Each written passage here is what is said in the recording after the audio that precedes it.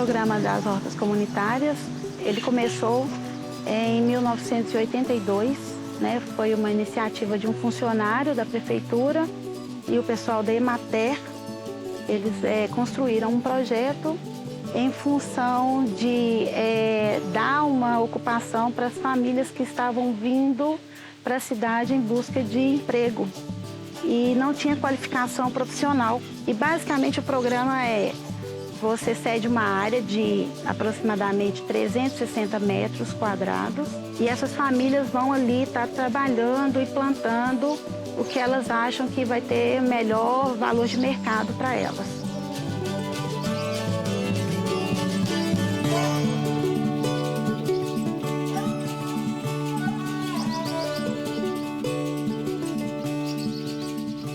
Eu recebi uma proposta de emprego aqui em Sete Lagoas e eu vim trabalhar em Sete Lagoas, infelizmente não deu certo. E aqui eu conheci um pessoal, né? E através desse pessoal eu conheci o projeto das hortas comunitárias. Nessa época eu estava desempregada, eu tinha entrado numa depressão. Então eu iniciei o projeto sem saber absolutamente nada. E por despertar essa curiosidade, eu comecei a fazer vários cursos, né? Através da Prefeitura de Sete Lagoas e através da Emater. E hoje eu sou apaixonada pelo que eu faço. E eu acredito sim que as hortas vêm ajudar muita gente, né? A população fica admirada de ver o nosso trabalho, ver quanto é bonito, né? Ter essa natureza, assim, ainda mais aqui onde eu trabalho, que é debaixo da rede de energia, né? É um lugar assim que era abandonado, cheio de lixo.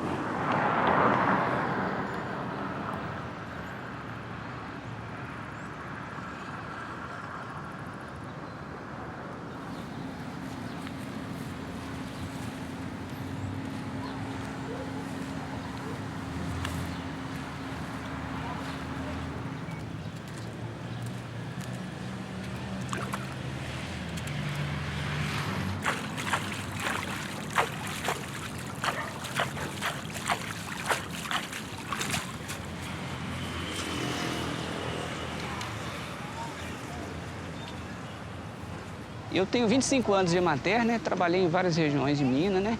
É sempre gratificante trabalhar com o agricultor, né? O agricultor familiar. E aqui em Sete Lagoas, a gente realmente, eu me apaixonei, né? Com o agricultor, só que um agricultor diferente, né? O agricultor urbano. Então, isso é fundamental para a sociedade, né?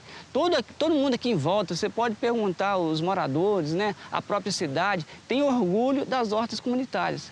Porque, na verdade, você gera segurança alimentar e nutricional de alimentos de qualidade, né? Aquele alimento, muitas vezes, nos grandes supermercados, né? Que murcha em poucos dias quando você leva aquela verdura para casa, né? Ou está até murchando na própria gôndola do supermercado. Esse produto da horta comunitária é nutritivo, saboroso, dura muito mais na sua geladeira. Então, todo mundo fica maravilhado e satisfeito e agradecendo os agricultores por produzir. Aqui mostra, olha o tanto de joaninha, Raimundo. Ó. Muita joaninha. Isso mostra que seu sistema está todo equilibrado, né? Olha, eu gosto de plantar de tudo. O que eu mais gosto de fazer nessa vida é plantar. Isso aí é comigo. Esse aqui é o alcofofo, né? Ele aqui é cônforo. Quando eu coloco no álcool para costir, ele já muda o nome, é alconfofo. Alconfofo? É. E é para hematoma? Se você tiver uma dor no joelho, no pé, assim, né? Você pega e esfrega. O trabalho da Emater, na verdade, é dar assistência aos produtores, né? Mas quando a gente fala em dar assistência, a gente está, na verdade, são trocas de saberes. A gente tanto aprende quanto contribui também com o nosso conhecimento, né? Na verdade, a gente tem que ter na produção um equilíbrio, né? E esse equilíbrio, para quê? Para ter alimento saudável, né? O produtor saudável, a sociedade saudável. As hortas comunitárias vêm mesmo só para complementar, né? E hoje as hortas comunitárias é um cartão postal da cidade, né? Nós somos reconhecidos no mundo inteiro. Então isso vem enriquecer, né? A beleza mesmo da nossa cidade.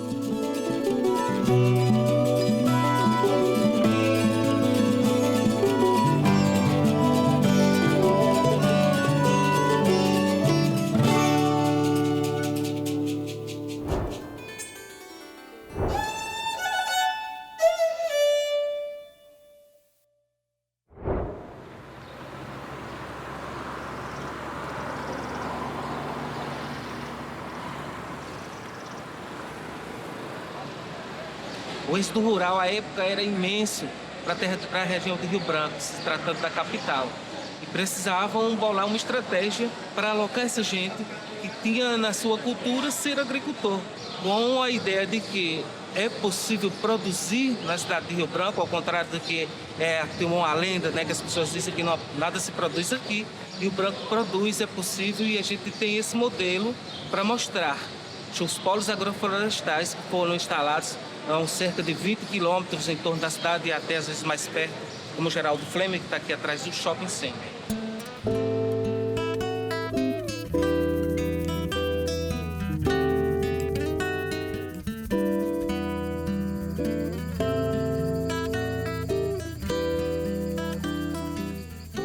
Eu me chamo Marlinda, eu sou do povo Marubo, sou amazonense. Me chamo Tataindi, meu nome guarani. Meu nome em português é Miguel Jorge. Eu sou do povo MBA Guarani.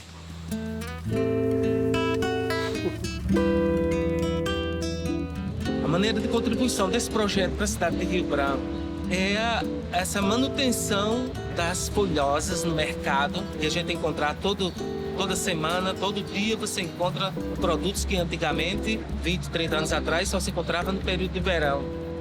A diminuição do êxodo, a manutenção dos produtores na sua terra. Isso é o que a gente tenta mais fazer, é incentivar o produtor a não sair da terra.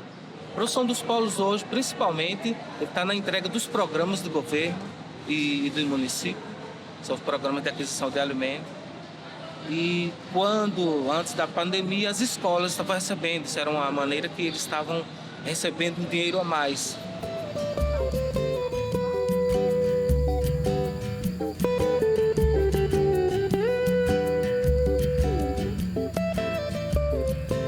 Então aí com essa pandemia, aí para fazer uma entrega, você tem que ter vários produtos, né? Você tem que diversificar. Foi o que nós fizemos, nós diversificamos a produção.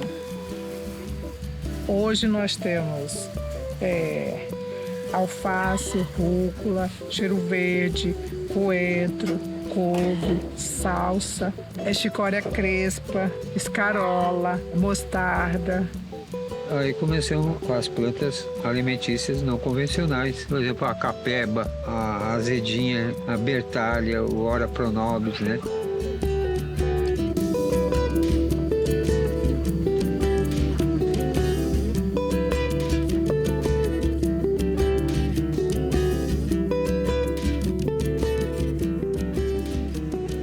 Porque nós somos a prova que polo agroflorestal dá certo. Nós ganhamos 3 hectares e nós, desde o primeiro dia que nós fomos assentados aqui, nós sobrevivemos daqui de dentro.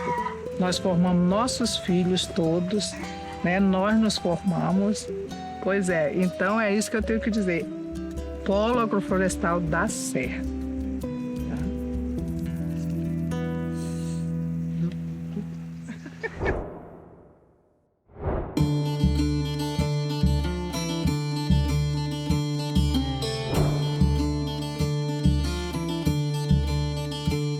A Prefeitura apoia o Museu das Ligas Camponesas devido à importância que é o memorial, devido à importância que deve se dar à memória de um povo. E ainda mais em relação ao Memorial das Ligas Camponesas, que é um marco, né, um memorial que lembra a maior luta dos camponeses, é o maior movimento de luta dos camponeses da América Latina no século XX. O apoio da Prefeitura vai desde funcionários que estão a serviço do memorial, até o suporte logístico e de infraestrutura nas ações do Memorial das Ligas, nas datas rememorativas, né, até também com a inserção da temática das lutas, né, das Ligas Camponesas no currículo escolar da rede municipal e no processo de formação dos professores.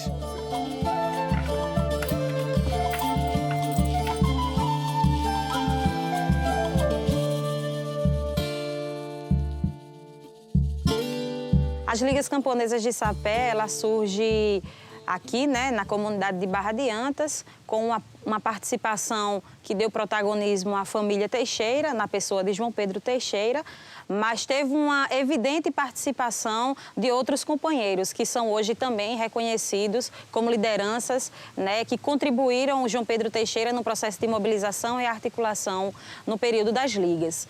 Então poderíamos falar de Bildo Pacatuba, de Nego Fuba, de Pedro Fazendeiro, de Alfredo Nascimento.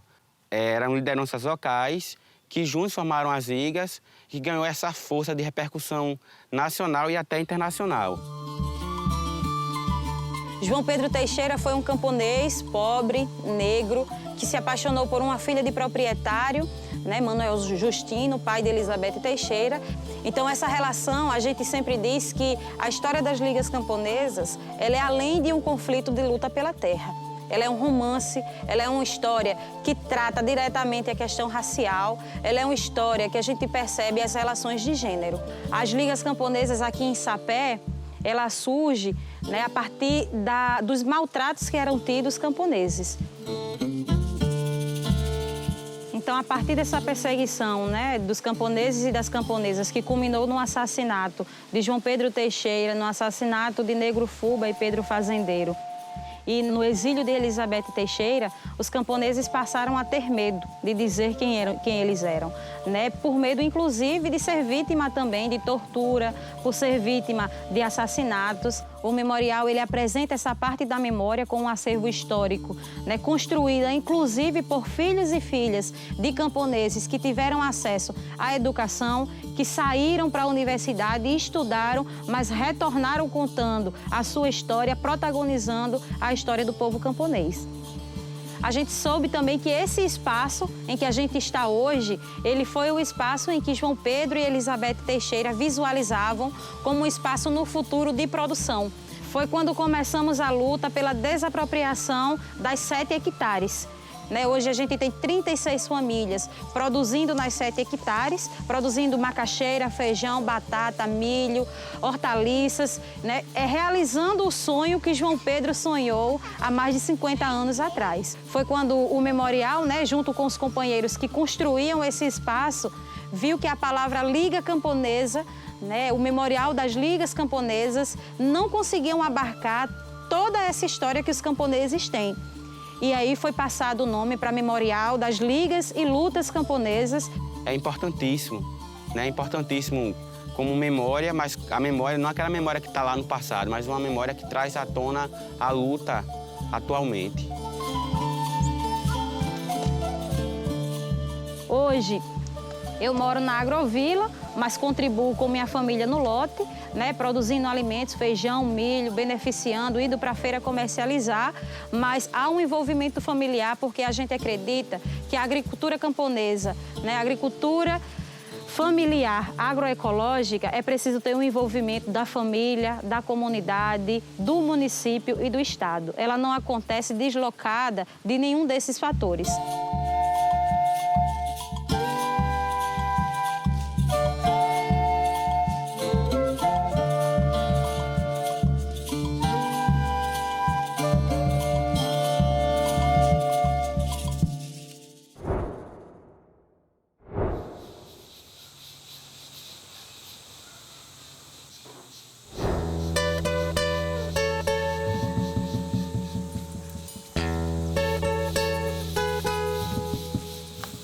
A trajetória vem já da tradição da família, mas a gente sempre procurou aí formas de encontrar sustentabilidade aí nas propriedades, né?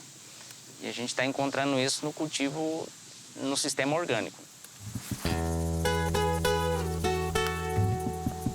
O município de Glória Dourada é formado, né, basicamente por agricultores familiares, mas recentemente tem chegado aí a questão da cana, das grandes lavouras de mandioca e soja também tem chegado. Essas lavouras, elas têm utilizado assim, de forma mais intensiva os agrotóxicos, né? E a sericultura foi um dos principais afetados, porque o principal ali da sericultura é a larva que produz a seda. Ela é uma larva bastante sensível e ela está funcionando como um bioindicador aqui. Ela tá mostrando que as pulverizações que estão acontecendo, às vezes, em lavouras vizinhas, ela tem afetado a vida aí do produtor. E a larva, a partir dela consumir folhas de amoreira contaminada, ela acabou morrendo, né?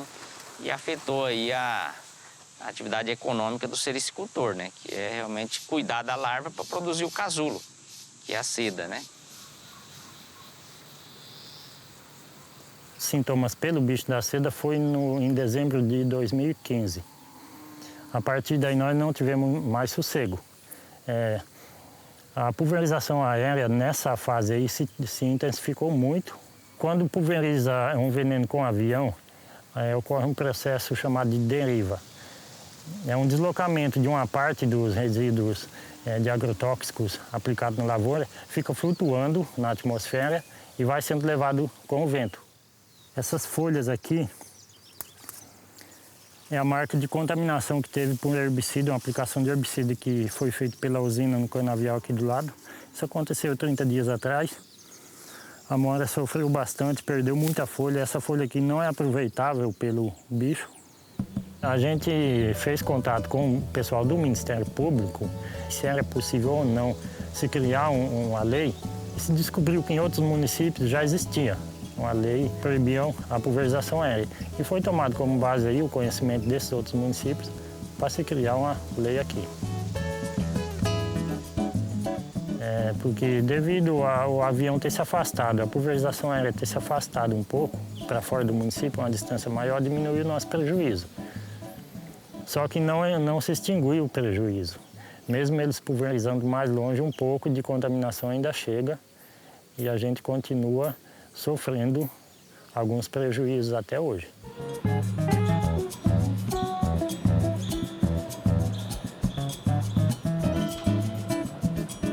Bem, essa lei, na verdade, ela proíbe, né, a pulverização aérea de agrotóxicos no município de Glória de Dourados. A nossa participação, na verdade, ela foi no sentido de gerar alguns dados técnicos, científicos, para mostrar possíveis impactos, né, dessas pulverizações em algumas atividades agrícolas, como, por exemplo, a sericicultura nos municípios de Glória, de Deodápolis, de Viema, né? E acreditamos que esses dados, então, deu um subsídio para a formulação dessa política pública e aprovação lá no Parlamento Municipal. Basicamente, o fiscal é o próprio produtor, porque se o produtor não estiver em cima, provavelmente eles tomam conta de novo e eles entram no município, porque a classe política não vai atrás de se envolver em fiscalizar isso. Até porque eles estão na cidade, eles não estão nem vendo o que acontece. Nós que estamos aqui expostos na área rural, se tem um avião rodando, a gente vê, a gente sabe onde ele está, a gente pode até pegar uma câmera, filmar, registrar, identificar o avião. E caso dê um problema aí, a gente procura os direitos. Nós nos estruturamos mais nos últimos anos com relação a equipamentos, a pessoal mais treinado, e o que a gente vislumbra é que cada vez mais nós vamos ser demandados, porque essa temática é uma temática que tem crescido cada vez mais, né, da gente avaliar possíveis impactos com relação a esses resíduos, né?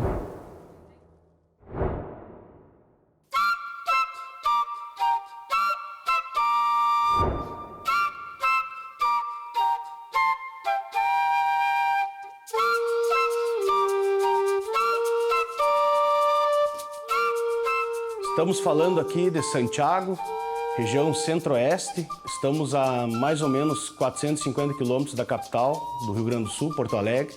A nossa cidade é referência no estado na questão da coleta seletiva, né? E pensando na questão dos resíduos orgânicos, a gente montou o projeto Pila Verde. A pessoa junta 5 quilos de resíduos orgânicos, vai até a sua associação de bairro e troca os 5 quilos por um Pila Verde. O Pila Verde, a pessoa vai até a sua feira do produtor e lá escolhe algum produto e abate ou a diferença, ou enfim, troca pelo produto conforme o valor que a pessoa tem. O produtor, ele com o Pila Verde, ele troca pelo adubo orgânico, que é feito com o resíduo que é recebido na associação de bairro. E eu não sabia o que era isso, eu nunca tinha visto esse tipo Eu falei, isso vale? Aí ele falou, vale. Funciona assim. Você vai na feira do produtor e você troca em alimentos. Aí eu falei, tá, beleza. Aí eu não botei fé nesse dinheiro, mas recebi os 18 pila dele. E comecei a fazer a reciclagem do adubo, que eles falavam do adubo. Comecei a reciclar, mas sem botar fé nisso.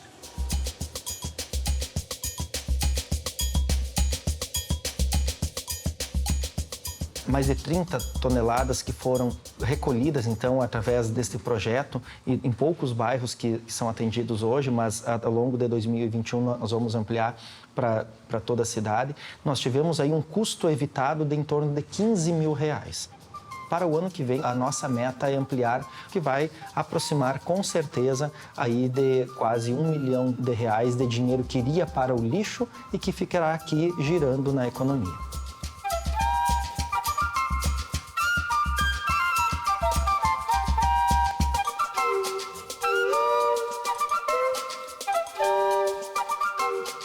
Essa aqui é a nossa unidade de compostagem do município. A ideia do nosso projeto é que ele não gere cheiro, não gere chorume. Então, por isso, a equalização do percentual dos orgânicos, mais ou menos numa proporção de 3:1, do resíduo úmido com as fibras. Nós estamos numa evolução de volume. Então, a gente começou entregando em torno de 3 toneladas. Hoje, com a média de recolhimento, que está numa crescente também dos resíduos orgânicos, que é o que baliza o percentual que a gente consegue repassar para os produtores, a gente está entregando em torno de 8 toneladas mês.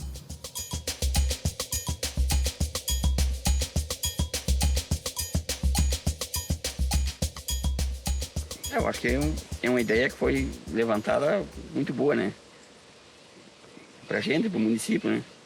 Acho que não tem como não dar certo. Consegue um adubo, né? Que eu já consegui, um preço bem acessível. Um produto bom, né?